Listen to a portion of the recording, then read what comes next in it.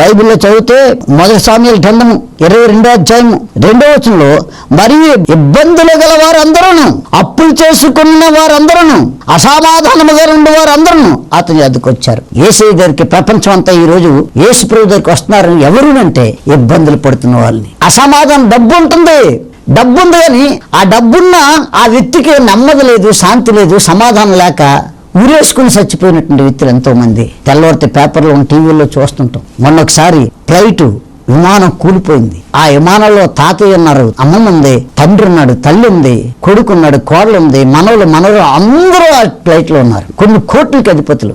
ఆ వ్యక్తులు విమానం కూలిపోతే ఆ ఆస్తంతా కలిపి ప్రభుత్వం వారు హ్యాండ్ ఓవర్ చేసుకున్నారు. ఎందుకు ఈ మాట చెప్తున్నంటే, ఈ లోకంలో ఎప్పుడు ఏం జరుగుతుందో ఎవరికీ తెలియదు. ఇది కంప్యూటర్ యుగం. ఇలా కనిపించి అలా మాయమైపోయినటువంటి రోజులు ఇవి. కాబట్టి ఈ టీవీ చూస్తున్న ప్రేక్షకులారా, జీవం గల దేవుని దగ్గరికి వస్తున్న వ్యక్తులందరూ కూడా ఇబ్బందులు గల వారందరూ, అప్పులు చేసుకున్న వారందరూ, అసమాధానమైన నుండి వారందరూ అతని వద్దకు వచ్చాను.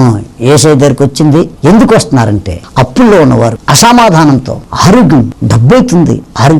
ఈ రోజుల్లో దేవునికి బిడ్డలారా, డబ్బుంటే కన్న పిల్లలు పంచుకుంటున్నారు. కానీ నీకు వచ్చిన వ్యాధి మాత్రం చేసుకున్న భార్య గాని కన్న పిల్లలు గాని ఎవరూ పంచుకోరండి. నీ అప్పులు, నీ బాధలు, నీ రోగం పంచుకోవాలంటే నిన్ను సృష్టించిన సృష్టికర్త మాత్రమే పంచుకోగలడు. అతడు పొందిన దెబ్బల చేత మన స్వస్థత అవుతుంది. అతడు మనం వ్యసనంలో సహించింది. ఎందుకు ఈ మాట చెప్తున్నంటే, అతడు ఆ జీవం గల తండ్రి మన వ్యాధిని, మన బాధని, మన కష్టాన్ని పంచుకోగల సమర్థుడైన దేవుడు ప్రపంచంలో ఎవరైనా ఉన్నారంటే ఆయన ప్రభు అనే యేసుక్రీస్తు. ఆ సిలువ మీద నీకున్న బాధల్ని, నీకున్న అప్పుల్ని, నీకున్న అసమాధానాన్ని, నీకున్నటువంటి బలహీనతల్ని ఆ సిలువ మీద పాతిపెట్టేశాడు.